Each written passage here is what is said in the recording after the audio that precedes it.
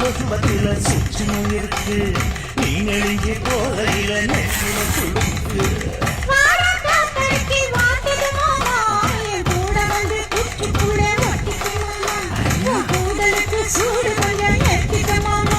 உன் கண்ணு கொண்டுள்ள பப்படம் காற்றிற்கு கொய்யாப்பழம் மூடிக்காத திங்காம வீணடிக்காத.